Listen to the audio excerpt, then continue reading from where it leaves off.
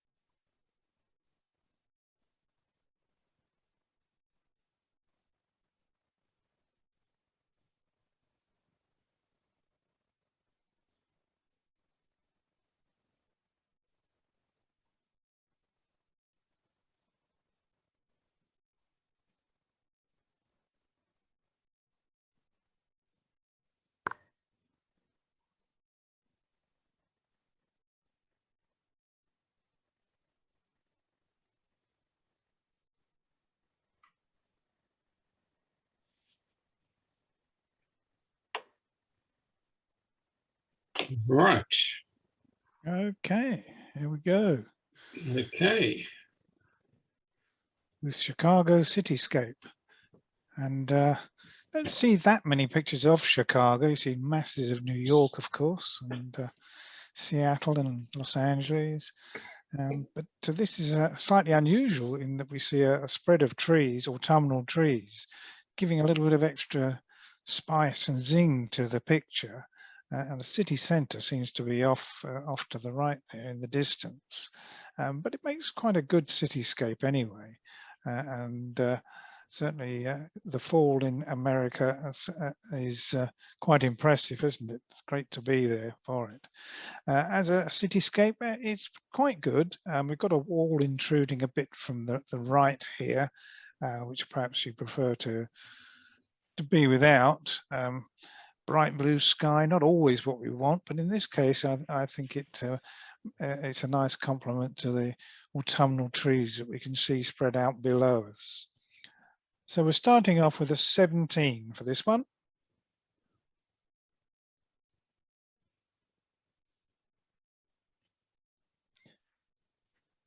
Now, I have seen all these pictures and I have given them a provisional mark, but nothing is set in stone. This is quite a good example. It seemed too dark when I first looked at it, but it's coming up lighter on the zoom.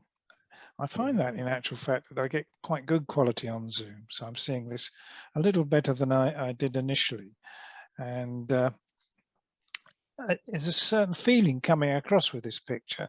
Now, this is very much a fashionable thing these days to have these locks put up across bridges and such like, usually by the waterside somewhere. But here it's just got a slight amount more of emotional weight because the background is fairly subdued and the sky is quite dull looking, but it's all well out of focus, so our attention is well and truly focused on the locks themselves, which are good and sharp and clear. There's a bit of an intrusion just down there on the lower left that would be better dealt with, taken out, cloned out. But apart from that, I find it quite a pleasing picture to look at. This one's going to score 16. Hello. Sorry. Can we mute, please? Yeah. Beaky blue, yes, and extraordinary, isn't it? I'm not familiar with this particular type of duck because it looks like it's gone into a store and bought a beak that looks like a duck itself. You could almost cut the beak off and have that as a duck picture. So it is quite extraordinary. It looks very plastic in actual fact, but something unusual. Pretty well photographed. We're in close there, good and sharp and clear, isn't it? It just focus falls off in the background as you want. But the beak is really bright and clear, and as I say, fires up my imagination a bit. So I can see the nostrils are more like two eye sockets there in actual fact. So that's something of considerable interest, I would say. Photographically quite straightforward, nothing sort of too outstanding, but an enjoyable picture nonetheless. Could do perhaps with a little bit of a catchlight in the eye. Judges always like a catchlight in the eye, don't they? Even if you do it with Tipex. But this one's going to score 17.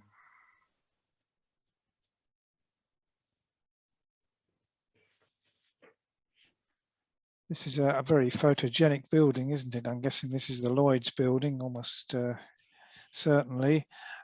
Quite a straightforward picture of it. I feel it might have been more to be had from it if it stood back a little bit, but I can see that you wanted to go for the tall look, the aspirational look, shall we say, reaching up to the sky. And it's just making me think actually, because my daughter-in-law just come back from Hong Kong because she's been given a job at Lloyd's of London, and I wonder if it's in this building. I'll have to ask her. I never thought to ask her before, but there are extraordinary details there. They're well shown here, but I feel just perhaps there's a little bit more to be had from this extraordinary and exciting building. It's the inside out building, isn't it? Which is why we can see all these tubes and ventilation shafts on the outside, because normally they're concealed inside. So perhaps not fully exploited here, but this one's going to score 15.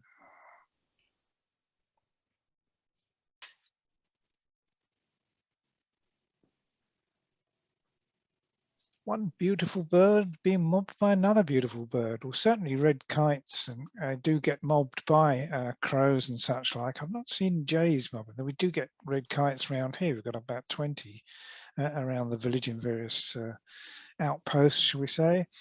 But the jay itself is an absolutely gorgeous bird, so it's great to see any picture of a jay. So an unusual moment here, a jay mobbing the kite, and kept fairly simple again, just as is best. But it's lovely the way that kite is hanging on to the branch there that's well bent over.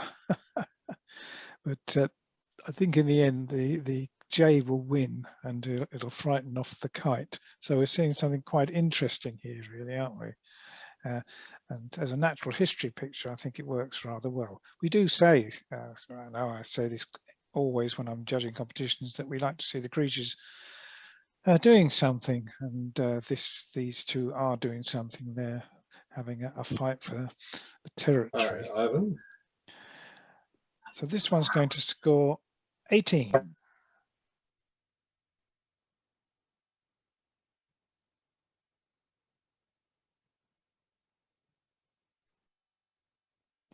Waiting for the tide, quite interesting there. Somebody with a tripod out there. Is that a photographer, or is that some fishing apparatus or something like that? It's a big landscape, or big seascape, really. And what I do particularly like are the textures that are shown here. The figure in the landscape gives us a sense of scale, although it is a bit lost. And it's placed right in the center. Well, I'm not one of those judges who says everything's got to be off on the thirds and whatever. That's okay by me. But except that it is rather dwarfed by the landscape. I think perhaps that we could take a little bit off the bottom edge of this, perhaps even 15%, say, and just tighten up the composition. It's a fantastic sky you've got there. You really made the most of that. And there's a lovely sweep of the shoreline as well, and plenty of texture in there anyway if you take the lower part off. So potential for improvement, but not a bad picture in the first place anyway. So waiting for the tide gets 16.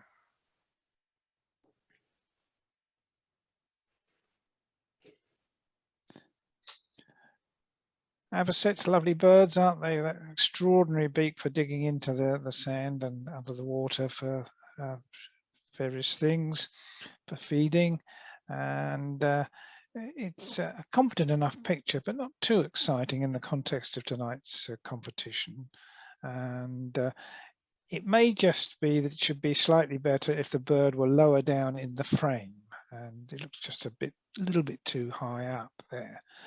But the bird's seen clearly enough, and of course it's in its natural environment, which is wading through the water. It is a wader after all, so it works well in that respect. But perhaps nothing extra about the picture to lift it up in the context of tonight's competition. So the Avocet scores 15.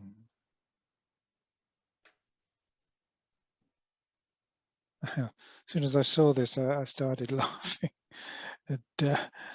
It's just one of those pictures that parents and grandparents are going to like, aren't they? And looking avidly at the book, which seems to be The Very Hungry Caterpillar, which of course, if you've got children, is one of the favourite books, isn't it?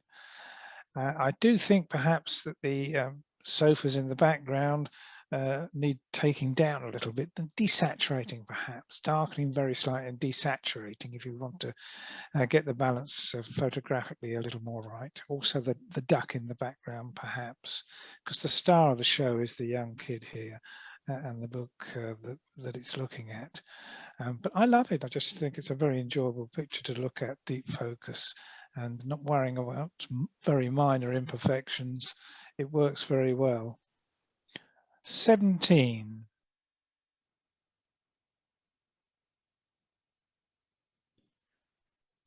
And Dusk on Farewell Spit. I'm going to hold this one back because I've looked at this a couple of times and it's very much in the frame for a good monochrome shot, but I'm not sure about the footprints going across there. Do they untidy the sand a little bit too much? But the thinking behind it compositionally is excellent.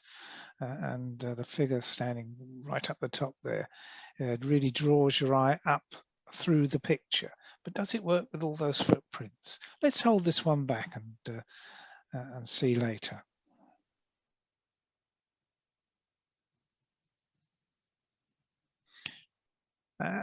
Good picture here, a good landscape here down by the riverside in Wales, I think. And the branch going across there, the trunk there, it's just right, actually, isn't it? As a sort of fulcrum for the picture, really, rather than the house on the shore there. Carefully chosen shutter speed has given us a blur for the water. I wonder perhaps if a slightly faster shutter speed to keep a little texture in the water might have been better. It does look a bit like, in places, like soup going across there rather than a cascade of water. I understand your desire to smooth the water out, and that's worked to a good extent, but perhaps just fractionally too much, I think. But it's still a very enjoyable picture. There's a lovely warm feel about it. Whether it was warm or not, I'm not sure, but it balances out very well the river and the waterfall with the greenery all around. And this one scores 17.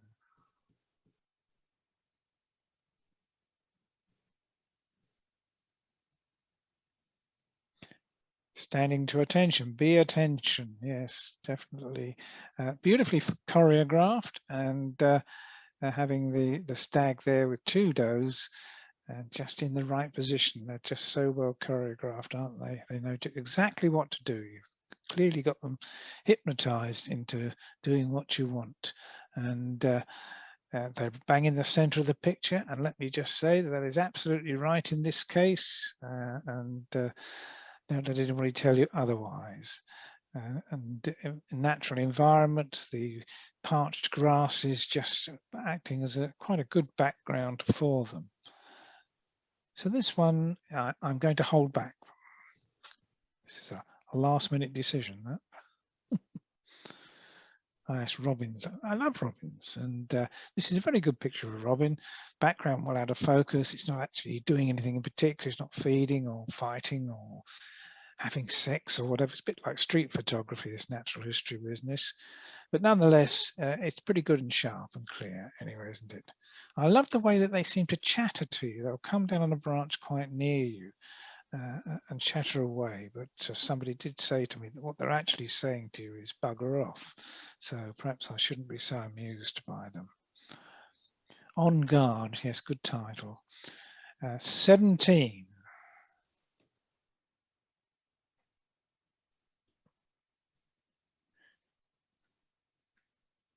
And a good seascape here. Lighthouse is just the right, classically placed in the frame, really, almost on the third there. Slight composition thing here with the walkway or whatever you call it up to it, just showing up very clearly. And a ship out at sea there, suitably placed, sailing vessel. I did wonder if there might be a very slight slope on the horizon. I know I'm being very picky with that, but I don't think there is. The lighthouse itself looks straight up enough, but just a slight hint of a slope on the horizon that we judges do get in a lava about, I know. But decent quality monochrome, and this one's going to score 17.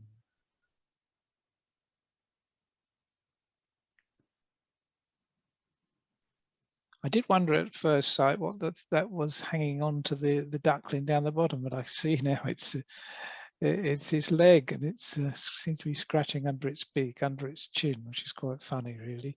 And that's probably why the one above is laughing so much. But Laughing ducklings, quite a good opportunity taken there, and just the two ducklings there. I wonder if there are any more around there, but it works quite well. You've grabbed the moment, it's good and sharp and clear, and that's what we want in a picture like this, and all the more enjoyable. So Laughing Ducklings scores 16.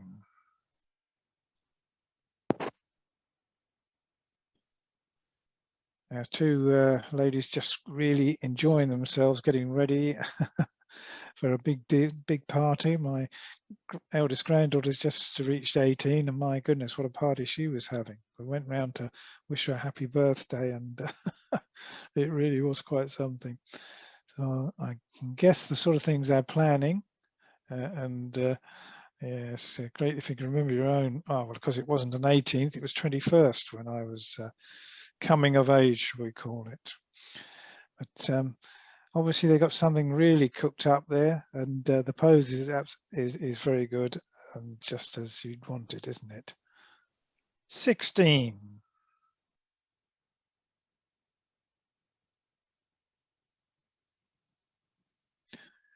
Rough water. It's always good to get pictures of the patterns that the foam makes on water as it goes across rocks. I think I can see the shadow of rocks underneath there. Not perhaps strong enough patterns in the water itself, though, to make a really strong picture of it. It might be one that would go well in a panel of such pictures, where each picture doesn't have to be a competition winner, but they all support each other. But in this case, standalone, it doesn't really work all that well. It's just the patterns are just not quite strong enough there. You could work on it, I suppose, and take up the contrast, perhaps even turn it to monochrome, maybe crop it down a bit. But in its present form, not really delivering the sort of patterns, the sort of natural abstracts that can be found on foaming water. 14.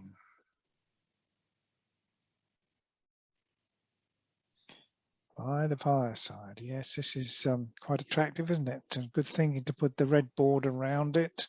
It's always a bit of an issue whether you put borders around projected images, but I think you do want to, when you've got a black background, separate it out from the projection screen. And there's something innately artistic about flames, aren't there? Just licking up like that. So the composition is good, and I've given it a mark, but I'm not going to actually take that mark out now. I'm going to say hold that back and have another look at that.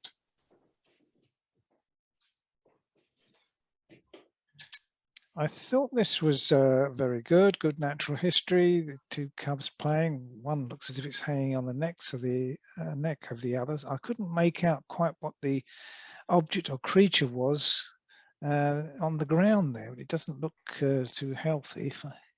Is there a tail sticking out? I really can't make it out, but I shouldn't get distracted by that, because really it is about the lion cubs themselves, which comes together rather well. And a natural looking environment, a very parched environment in actual fact.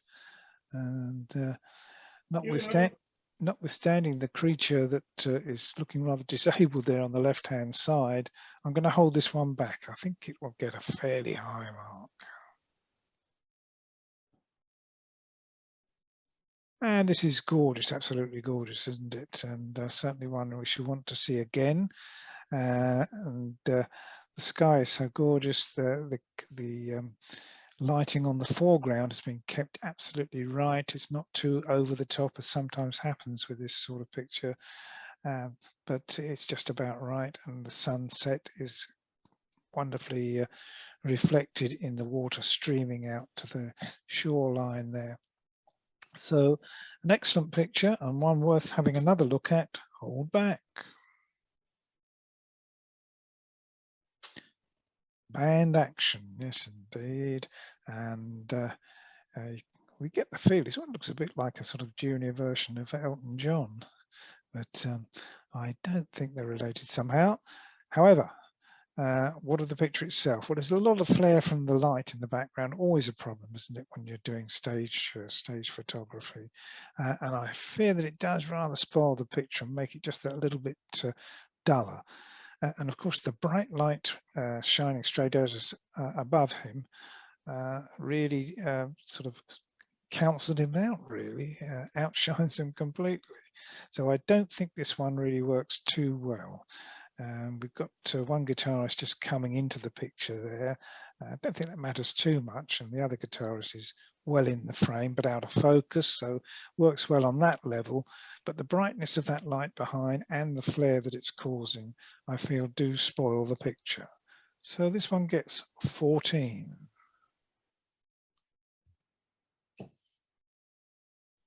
Now we've got a kite of a different sort. So used to seeing these red kites everywhere these days. Seeing a proper kite is quite unusual. And so against a blank sky, a white background, if it wasn't completely blank, it certainly made it so. And the kite itself could do with a little bit of invigoration, just a little bit lighter perhaps, and just a touch more contrast, and just to make it glow out a little more. But it certainly is quite a splendid kite. Don't see them very often these days, certainly not around here. This one is going to score 15.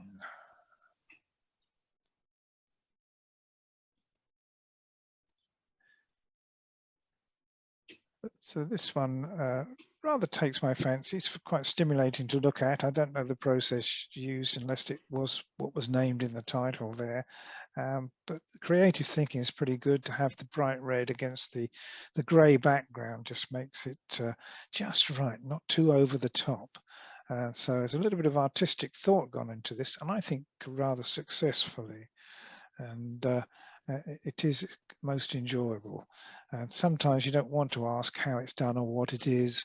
Just enjoy the picture as you see it in its own right. So strong patterns there in the monochrome background, and vibrance added by the flamingo orb in the foreground. 18.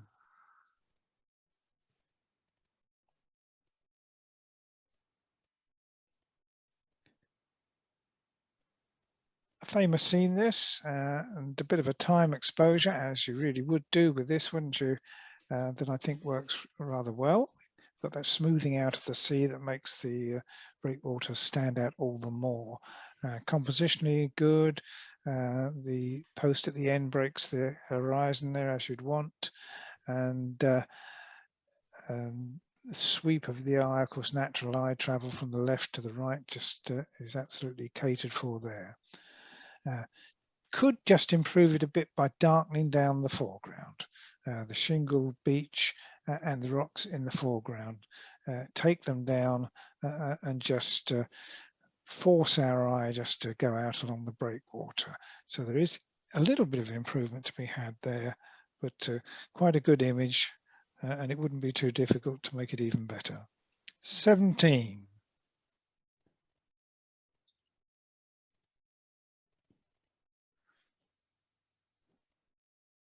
Yes, somebody taking advantage of a good bit of Christmas graffiti. Oh my goodness, is it nearly Christmas already? Well, it seems to be, doesn't it? So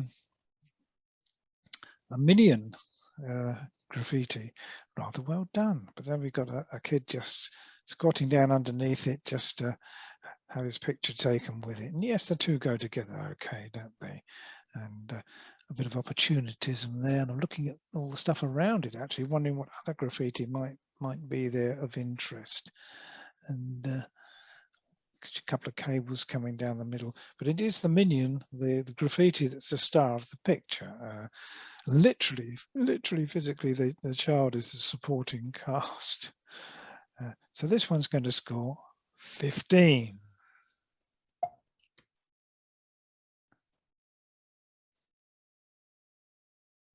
Powerful picture, Yemen chameleon, and up close and personal with this one. Extraordinary creatures and gorgeous colours coming out there.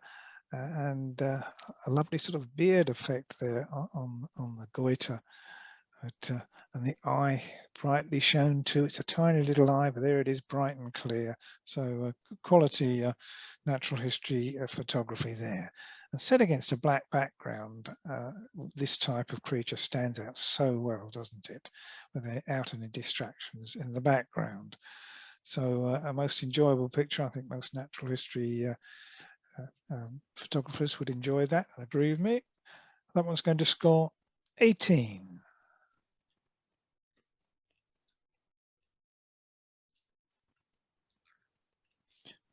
Moment captured here again, and two starlings here. I love starlings, actually. I think they're great birds. We take them for granted so much, don't we, because there's so many of them. Wonderful colors, but here we got them in monochrome, and the pose is rather good. Just a bit of blur on the wings, as you want to know that they're having a go at each other. It is unfortunate, perhaps unavoidable, that the feeder thing comes in on the left hand side there, just up against the bird's tail there. And if you've got another frame where that isn't in the picture, it will be so much better. So quite a good picture, but I do feel that it is let down a bit by that feeder being in the picture. This one's going to score 16.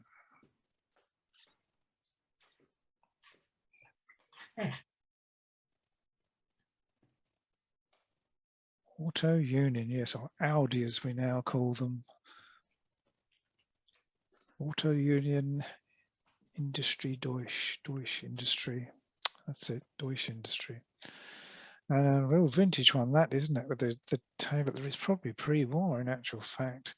That great long engine, straight 6 or whatever, straight 8, sticking out the back there. So quite an unusual car to see. And well photographed at speed, just the right amount of blur there. The worst thing is when you get too fast a shutter speed and the wheels are frozen. You need to see a bit of blur on the wheels, and Honor is satisfied here in that respect. So this one's going to score 18.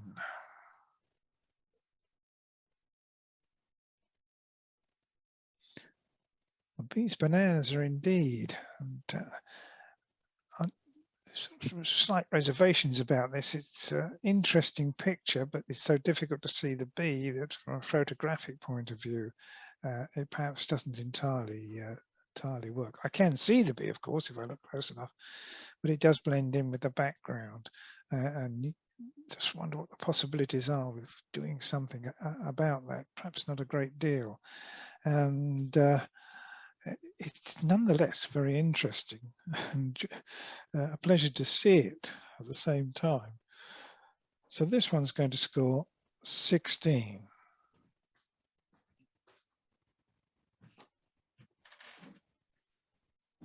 The yacht is being rescued here, and I can't quite see why, but there's not a lot of action in the picture, so the title sort of is belied by the actual picture itself. But a certain stillness about the whole scene there. And the chap in the red cap seems to be struggling getting the boat started. He's struggling with the engine there, I think. So not really with the vitality that I'd like to see on a picture like this. You don't want to see somebody being dragged out of the water or something like that. I don't know, but that would just give it a little more edge, a little more excitement. But I suppose as photographers, we can't really ask people to jump in the water, can we? But just lacking that little bit of edge and vitality, that one. 15.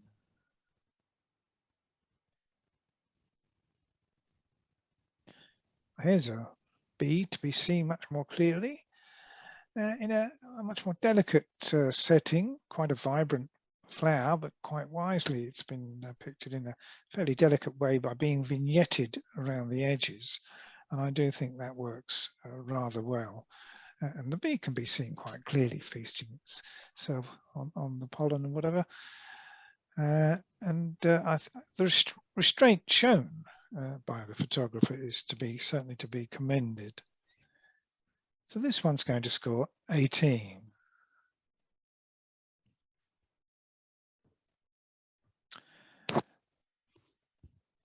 Felixstowe Dock, of course, is a centre of news items at the moment, is it? I believe my son, who came home from Hong Kong, is waiting on a container load of furniture from his house in Hong Kong to furnish his house now in Reading.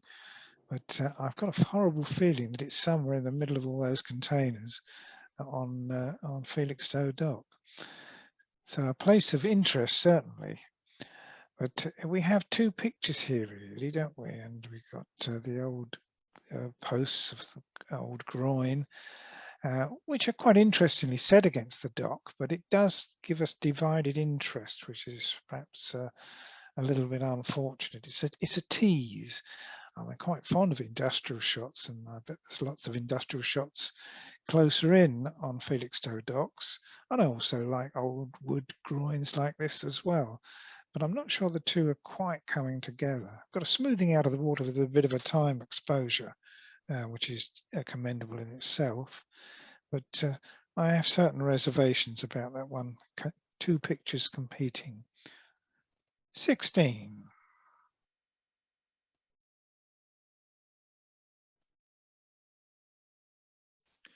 Eagle Owl portrait, side portrait. Yes, it is a portrait. I'm happy with that. And I can see the eye great and clear. And it has a striking profile, doesn't it? You see the beak better in profile than you do face on.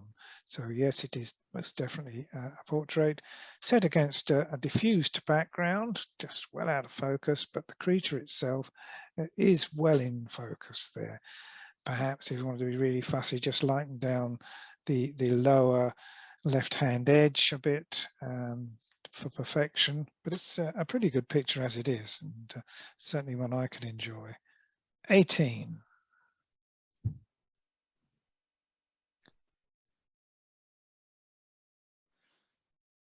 Yes, it is a cloudy evening. The title said it all, really, doesn't it? And again, I think maybe we've got a little bit of a time exposure here that has affected the sky more than the water itself, in actual fact. But it's always an interesting place. There's always a good outline of the rocks there and the cliffs to give you a decent picture. And we seem to have just a tiny bit of sunset glow way off in the distance, also catching the light catching on a vessel out there.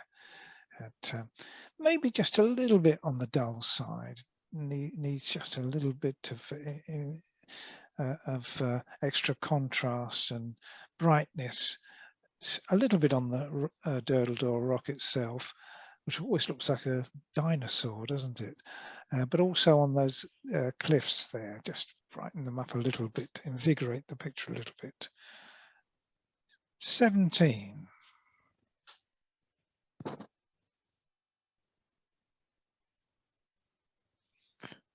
Another portrait of a grebe, yes, and pretty good, certainly pretty good, isn't it?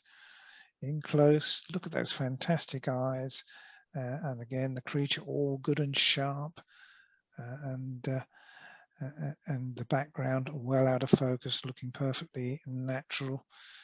There's a real glow about that against that sort of blue water background, against the red plumage. So we see it to good effect, quite interestingly close up. Don't see that many pictures of grebe heads close up. But this is a lovely picture to view, and it's going to score 18.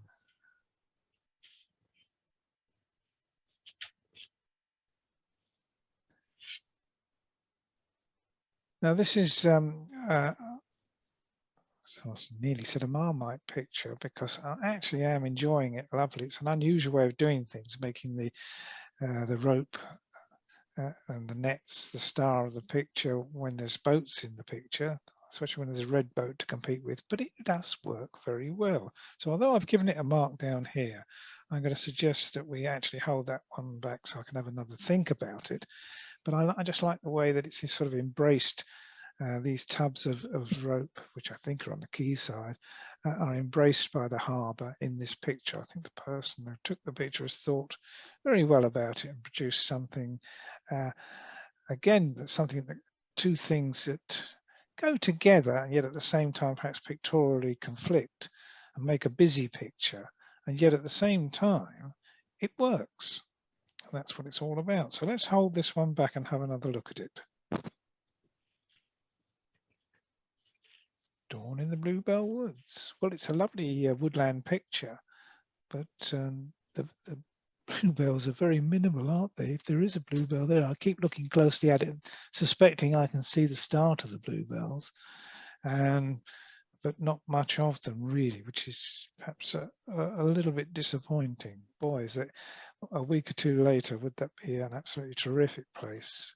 The classic image really, with the tall trees and the branches, the young branches spread out across the picture.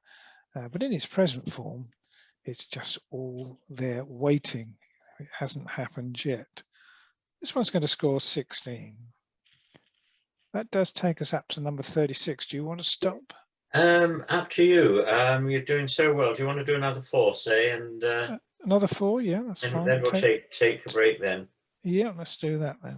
Okay.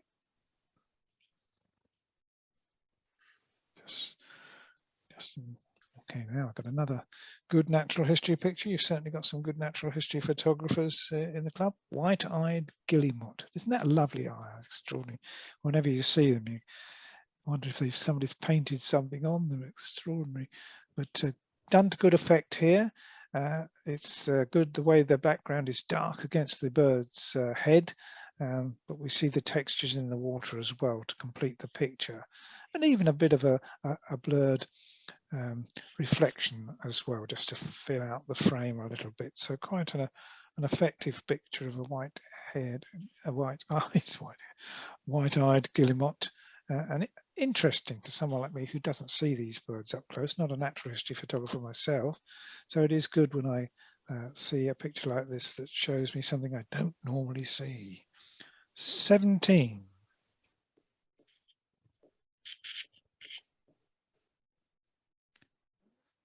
Bit of creativity going on here. The London Eye turned inside out. That's really quite something, isn't it? With a bit of distortion there. And this nearby statue, I'm guessing this is the nearby statue of the horse there, also spinning around on itself.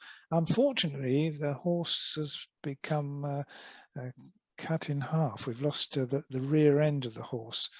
And that does rather mar the picture there. If you've got something else in the camera on the frames that you could put in there, I suppose you don't want it to get in the way of the London Eye.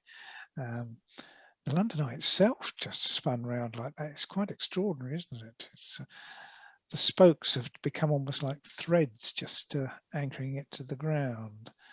But I fear it does not work with the horse cut off like that.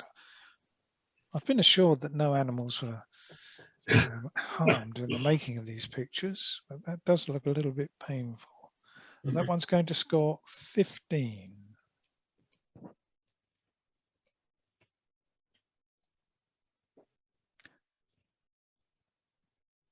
Another, I was going to say sunset glow, but it could be a sunrise glow, couldn't it? At Bembridge lifeboat.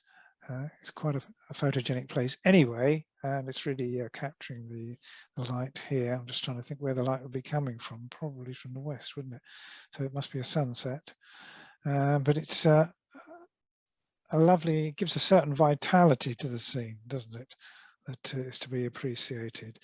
And from a compositional point of view, well, of course, the lighthouse and the run-up to it there work very well, as does the reflection. But then we've got the picture filled out with a few stones and rocks here, which are by no means out of place there, just fill in that lower half. Just absolutely right from a compositional point of view. So a well-balanced picture that we can all enjoy. 18.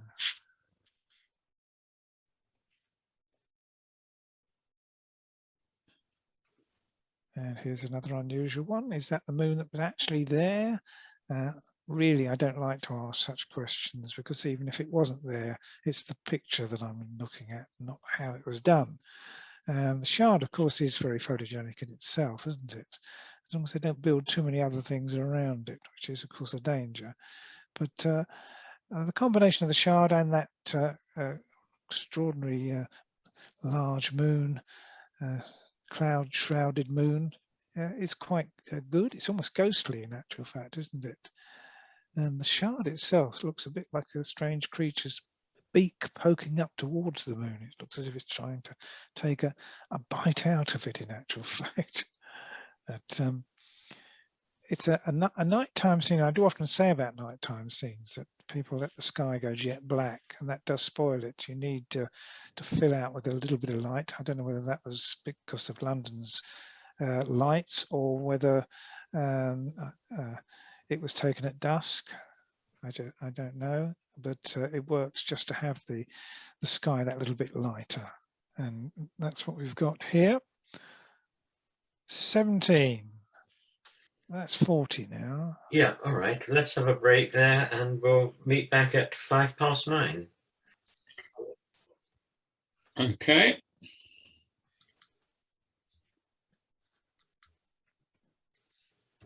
This sort of thing is very much my own cup of tea.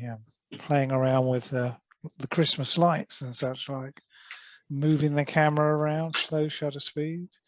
And we have indeed got an abstract here, and works reasonably well. Not a great deal of structure to it, but these sort of pictures are again pictures that lend themselves to panels, doing different things with them. It's just wonderful the effects you can get with a slow shutter speed and waving the camera around. But of course you do get some very strange looks from people that see you doing it. So when I creep out at Christmas time, I just hope nobody's watching me. But obviously someone here's got a very similar idea, and the combination of colours is rather effective, I think. Just green spreading into blue, and then yellow over on the right-hand side. So a pretty good attempt, and perhaps more to come from that photographer. 16.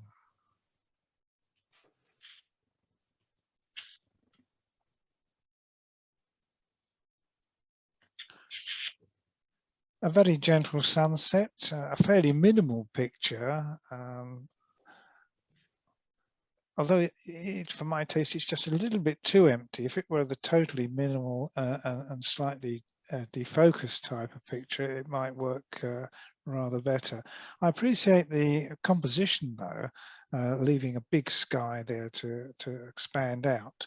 The sun's already gone down, and perhaps a little more cloud, a little more effect with the sun on it as it goes down would have made for a more fruitful picture. It just has that feeling of emptiness at the moment. A cruise ship going off in the distance perhaps, or even a sailing ship, a London barge or something like that. But just a little bit too empty for my taste. So this one's going to score 15.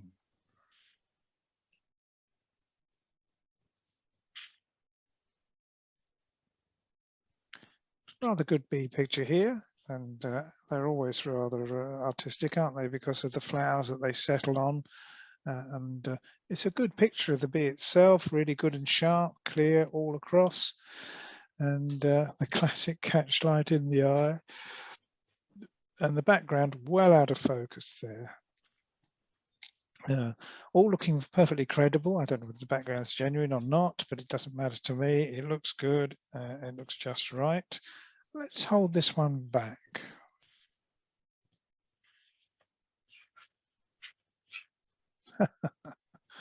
I'm a sucker for child pictures because my own grandchildren, they cover the range at the moment from 18 down to 2. So plenty of interesting pictures to be had.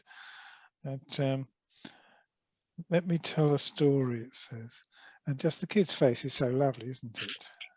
And it's a very simple picture. There does seem to be a hand coming in on the lower left-hand side, which is a bit of a pity. But at least it's well out of focus. At least the photographer's got it sorted out, and it's the face that's in focus, and those big luminous eyes there, and that acute face looking not smiling, but looking really alive. This one's going to score 17.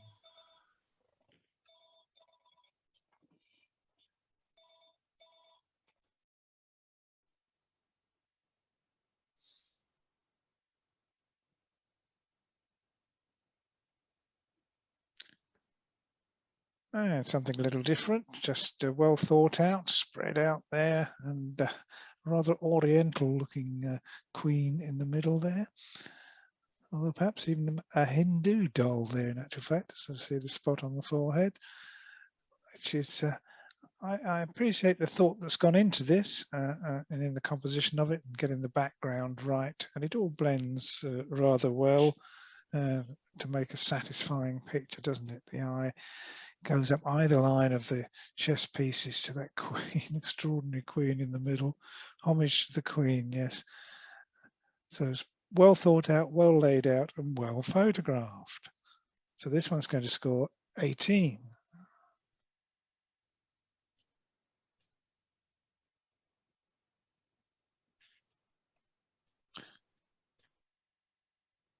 It's a little bit on the messy side, isn't it? He's making a mess of that banana there, and sticking its tongue out at us, really. So it's worth a chuckle or two. But it does look a little bit messy as a picture. And then we've got the quite strong vignetting around it, which I'm not sure, although I think darkening the picture around the edges is often quite an effective tool. I think it's been overdone a little bit with this one. But the monkey itself looks bright enough, and as I say, it's sticking its tongue out there, and it's really messing everything up there with the banana itself. And it seems to be sitting on a rather wet patch of ground as well, so perhaps it's sprinkled its water everywhere. Just as well, probably we can't see too much of the background because it does look quite light and bright. So I think that's probably the thinking behind it. I'm not entirely satisfied with this picture, but 16.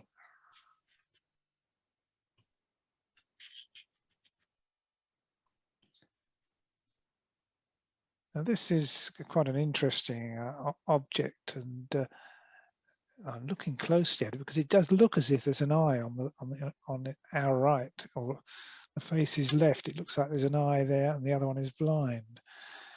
But I do feel this is a picture with lots of opportunities to go in close and get fairly abstract pictures. It's a most interesting piece of sculpture, and it's okay. It's quite interesting. Looks straight on, quite a reasonable, straightforward, competent picture. But I do feel there's a lot more to be had there, and I might have to go and have a look at that myself and see what I can do with it. But I just feel there's almost a panel of pictures just on that one sculpture. So this one's going to, in its present state, scores a 16.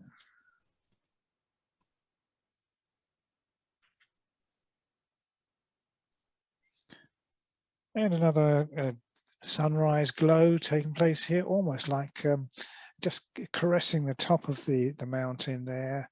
And it's almost like lava, isn't it? Like a lava glow, and the sky above it glowing as well. It's extraordinary. And then we've got this lovely reflection in the water to give a bit of a glow there as well.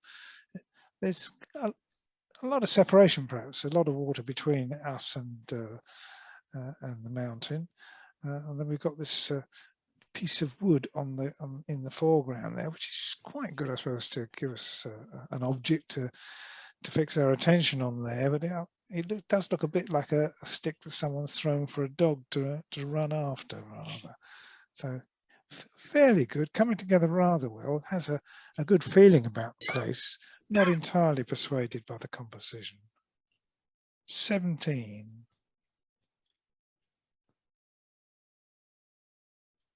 Here's another nearly but not quite picture, I feel.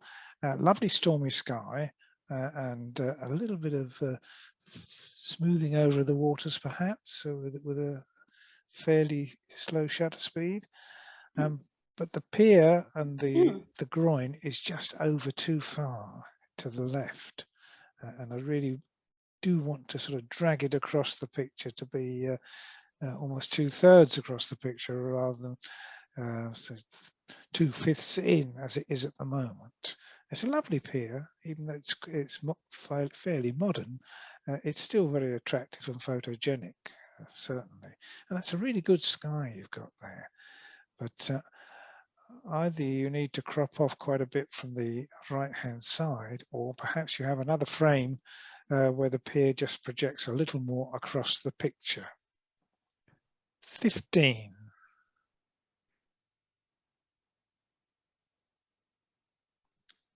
Coming into land, good title there. What do we want? We want to see the fish in the beak, and I'm sure the fish are not too happy, but the puffin will be if he doesn't get mugged by gulls and whatever. But a great action shot, isn't it? Excellent timing coming into land, and you've got it just right there. And there's no doubt that with a puffin picture, the fish in the beak completes everything off. Just seeing the wings spread out, they've got one wing slightly bent over that, but the other one's spread out perfectly, isn't it, to see the plumage to good effect. And then we look over the, I'm guessing the cliff edge here, into a blank blue sky there. We don't even see the sea beyond. We seem to be fairly high up, as is often the case with puffins. So all coming together rather well. Compositionally quite strong because it's well over to the left, so it's flying into the picture. And I know that somebody once said to me that they were told a bird was flying out of the picture. And he said, I've had the print 10 years and it's still there. This one's going to score 18.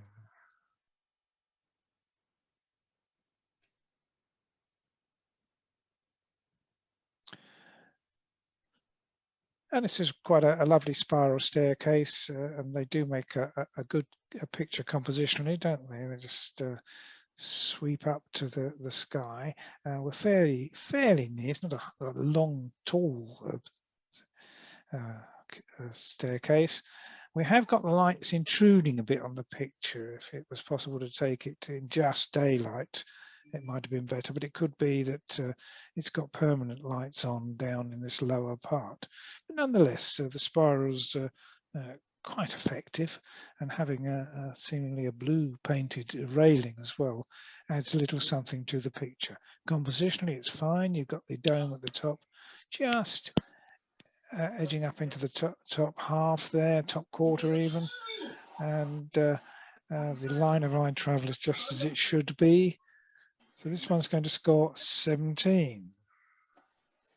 Once again, they win the ball back, they spring quickly, falls kindly to Ayu. Ramsdale. Somebody watching the cricket? They're muted. Okay. I like the comment. I like the commentary. That was good. Yes. Also, the Arsenal's playing tonight, so I'll have to check up on that in a minute. And I know it's rude we've got up now, and I really enjoyed this. And it seems to be a fairly simple, straightforward bath time picture, doesn't it, for a young kid? And the tongue stuck out. But good advantage has been taken of the soap, the bubbles all over the face. It's in monochrome. It doesn't need to be in colour, does it? It works well in monochrome. And we just see the head and shoulders and the eyes almost getting covered up with the bubbles. But the star, of course, is the tongue sticking out. I know it's rude. So this one scores well-deserved 18.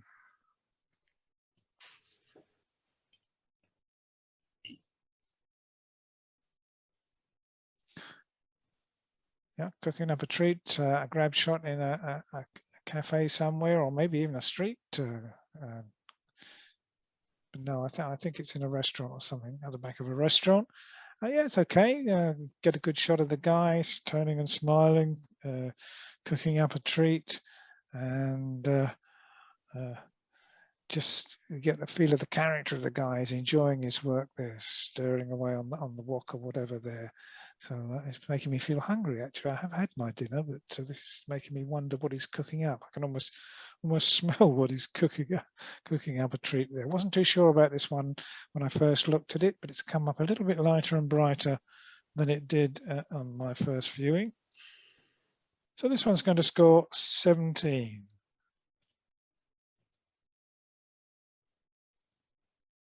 Arbitax dahlia comes across well. It's been separated from its plant and put against a pale background, toning with the flower itself, with the bloom itself. So a bit of artistic thought gone into this. We're not looking for a natural look, but looking for a more perhaps oriental style of picture here, which I think is quite effective. And of course, nature is very artistic anyway, isn't it? Look at the combination of colour, the sort of lilac shade with the pale yellow there, really quite effective. A good fresh bloom that's not long been out and photographed in a fairly artistic manner. 17.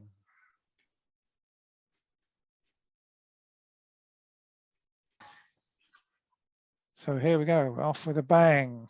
And it just looked, when I first looked at it, it looked like the guys were sort of crowding against each other and almost about to fall over from the shock of firing the muskets. But it's a pretty good picture, isn't it? It really gets the feel of 19th century or even 17th century, 18th century warfare. Plenty of smoke there, that's what you need. In any picture, plenty of smoke always improves a picture, I think. But so it's a good reenactment. The uniforms are wonderful, aren't they? Absolutely perfect, the uniforms, all clustered together there on the left-hand side of the frame, but balanced out well by the muskets and the smoke as well. So let's see this one. Let's hold this one back for a mark at the end. Another sunset or dawn glow, and it is quite extraordinary, isn't it? I'm trying to sort of work out how it's sort of going, where it's coming from, which way the sun is coming up. We've got this lovely roseate glow in the sky, and then you've got these minimal trees, dead trees in the foreground, a bit like sort of Namibia style, I guess. But it's been astutely cropped, which helps the composition along no end and just increases the impact of it. We haven't got too much foreground. We've got just the right amount of sky. So that comes together rather well. 18.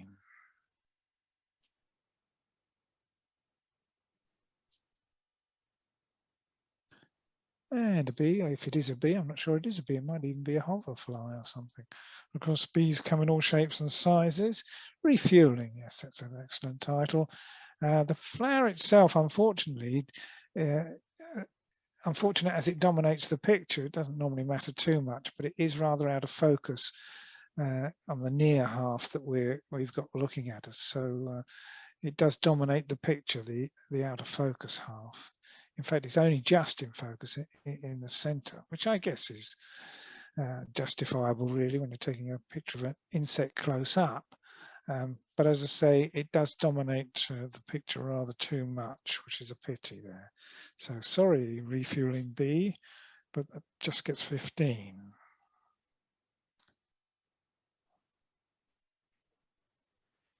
David Bailey Jr., yes, good grab shot there.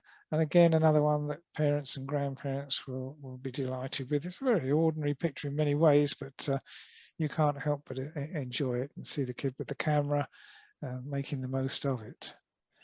It's getting harder and harder to see compact cameras these days because everybody's using their phones. But got a good combination of father and son there, I think. 16.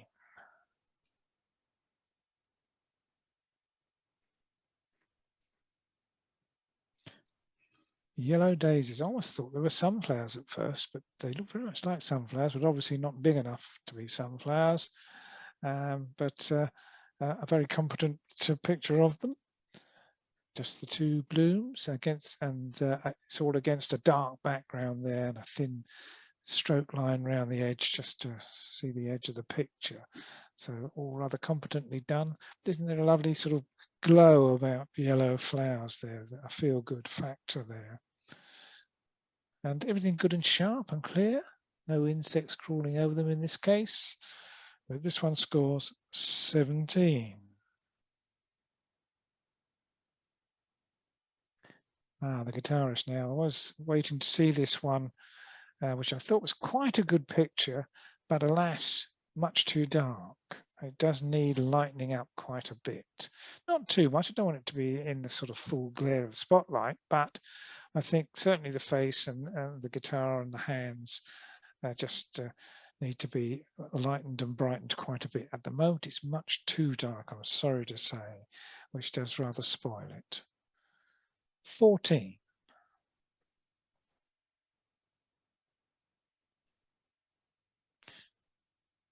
And now an excellent butterfly picture. They are wonderfully artistic butterflies, aren't they? And they always seem to land on lovely flowers as well. And yet at the same time, the butterfly dominates the picture, no matter how lovely the flower is. And we've got a bit of a shadow hanging down there on the top right-hand side in the background, but I think that's sort of a gap between the plants, isn't it? So I shouldn't be worrying too much about that. Everything's got to be left natural, really, as it's a natural history picture, so you can't fool around with it too much. But the important thing is we can see the butterfly to great effect. We can see its fuselage, and we can see those lovely wings, and every detail on them is clearly shown. So let's see this one again, please.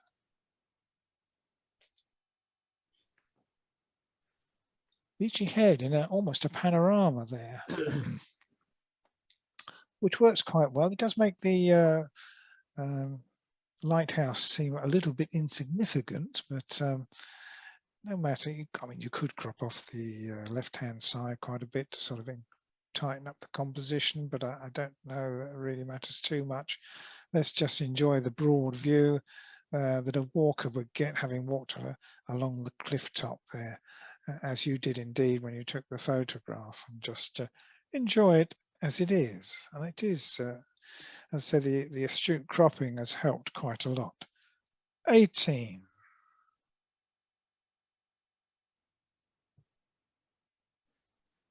I like the thinking behind this. Make a triptych, what is a fairly ordinary scene. The poppies are always lovely. They see that glow against the background of a wheat field, perhaps. And we see, in actual fact, some ears of wheat on the left-hand side. Perhaps less fortunate is that the third one of the triptych on the right, because I'm reading left to right, is just a bit too plain and ordinary and needs perhaps a little bit more interest and texture in it, perhaps some more heads of wheat there to balance it up. It doesn't balance out at the moment. Thinking's good, but there must be another frame that you can put in on that side just to balance it out right. So it's not beyond hope, and it's going to score 17 tonight.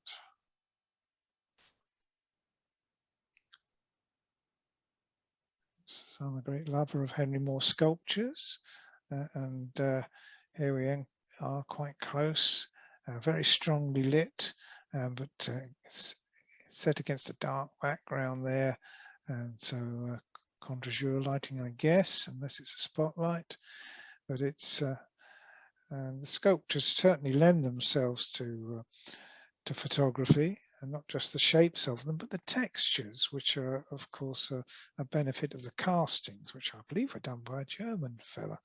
I don't know that he gets quite enough credit for it, but it does add a lot to the sculptures, which you normally see in the maquette form, are usually quite smooth. But here we got these lovely textures and weathering of the sculpture there, which I say is a result of the casting. Shall we see this one again? Yes, let's see this one again. We've got a few to see again, but it won't take long. It's a Pancras, yes, it's a lovely building, St Pancras. The whole building is extraordinary, and I certainly approve of the approach of a triple image or quad image or whatever it is, making something just a little bit more creative out of this lovely building. We can still see all the lovely details, even though we've got, I think, 3 images on top of each other, moved about, perhaps expanded a little. So good creative thinking from this photographer. I would suggest that you just crop a tiny fraction off the right hand side where it just goes that tiny bit darker, and just keep it in line with everything else that you can see. But it's lovely to be able to pick out the details, even though it's you could say it's a miasma of 3 images of different details, but you can still see every detail clearly, which is well worthwhile. 18.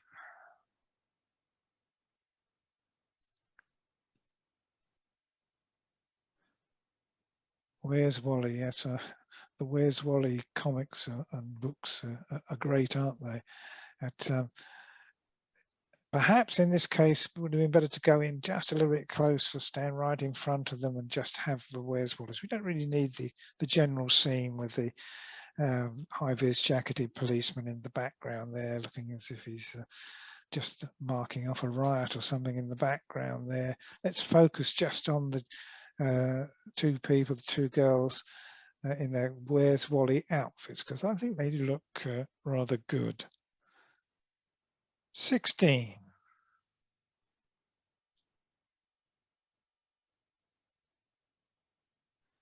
Dark skies, West Kennet, Long Barrow.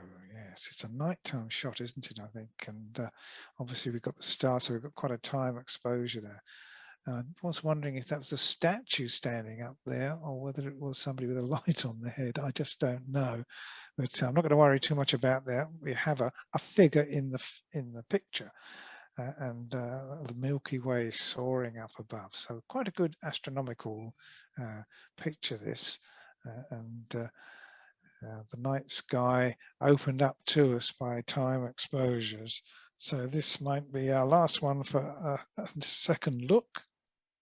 It won't take too long to go through them. So we'll see this one again. Right. Shocking pink. Yes, it is shocking, isn't it? Quite a good bit of style of a trike there, almost a penny farthing type trike, penny and 2 farthings, which is obviously very photogenic, although I do think you would have got much more out of it had you come around the side and photographed it in profile. So this one's going to score 16. So we've got quite a few to have another look at. Right.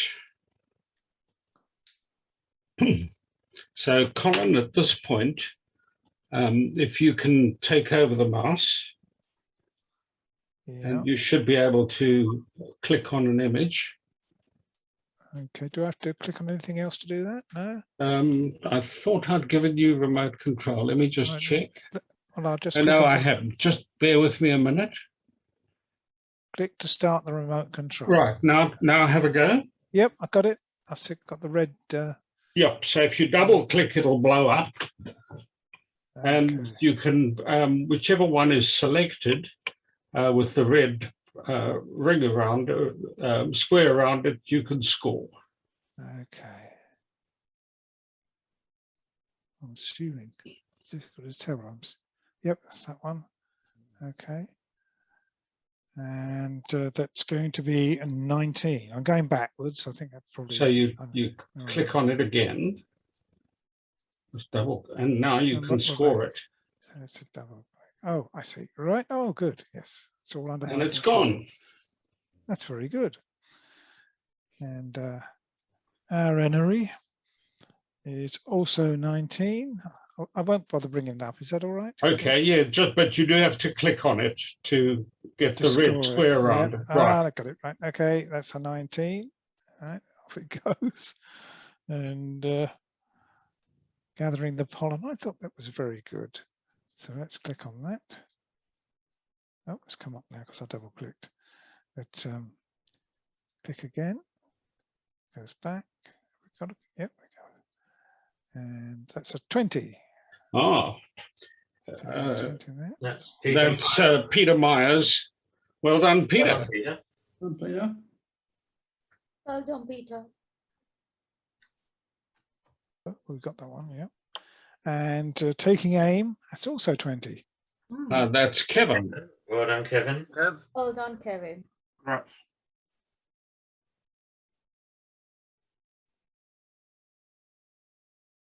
Tucking in is lost it now.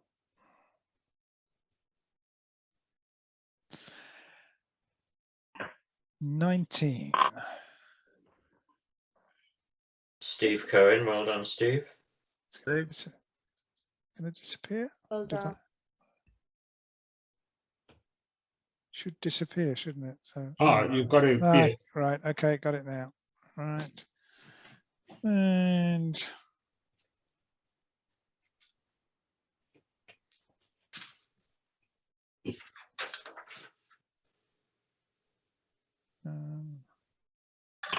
that's all right, tucking in. I'm just going to tick these off. Whitstable Working Harbour, that's that one.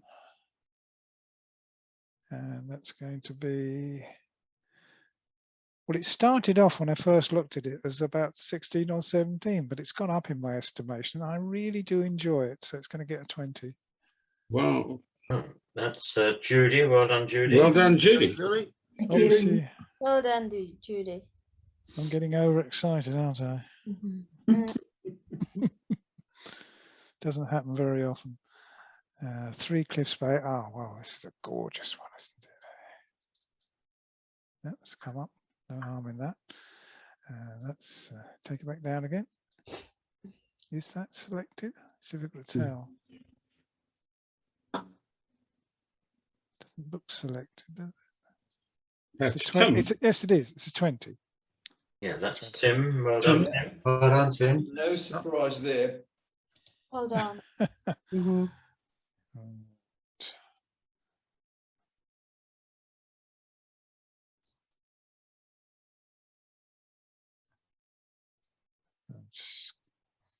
Cub playtime, yes, Cub playtime. Let's select that.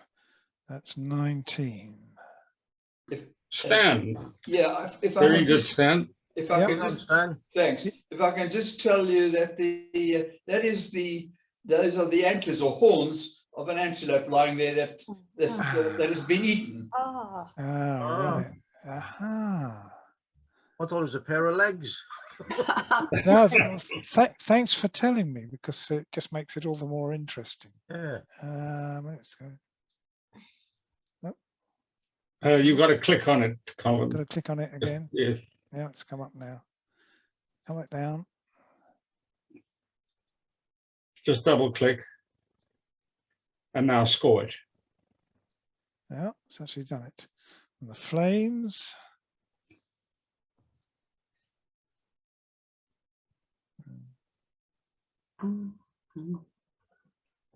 Oh, Fireside, obviously Fireside, isn't it? Yes, that's come up in the rankings. Yeah, that's Fireside. Yes, 18. Right. So, 18.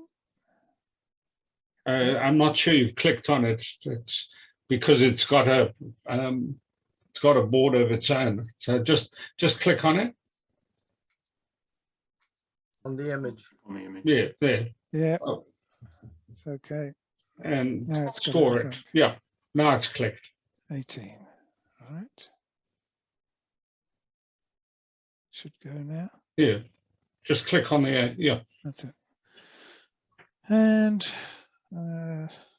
3 there. Be attention, isn't it? All right. Go back down. Is that selected? I see a red line on the edge, but Yes, no, you can. That's fine. all right. So reattention is 8. Well, actually, it's coming up the rank. It's come up to 19. All right, that's good. Now this one I wasn't sure about. Who was that? Sorry, that was Deluxe. Be attention. Oh, well done. This is the last one, obviously. Well done, Deluxy. Thank you. Don't think this really works as well as I was hoping. It's going to get 18, but is it selected? I selected it.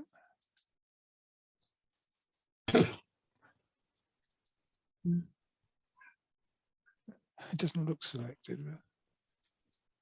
Oh yes, it was. Right. Yep. Thanks, That's it. Colin. That's And the lot. that's Jerry. So now we'll. Well done to him. Well done. Indeed. Well done.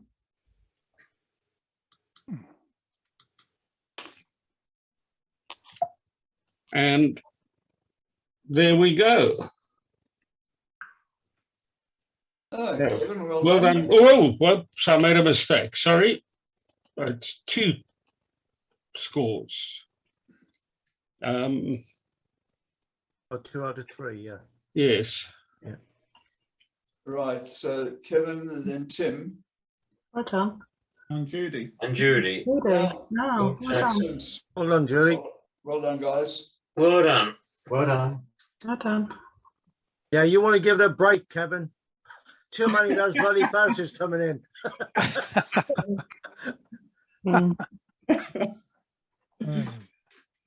Great.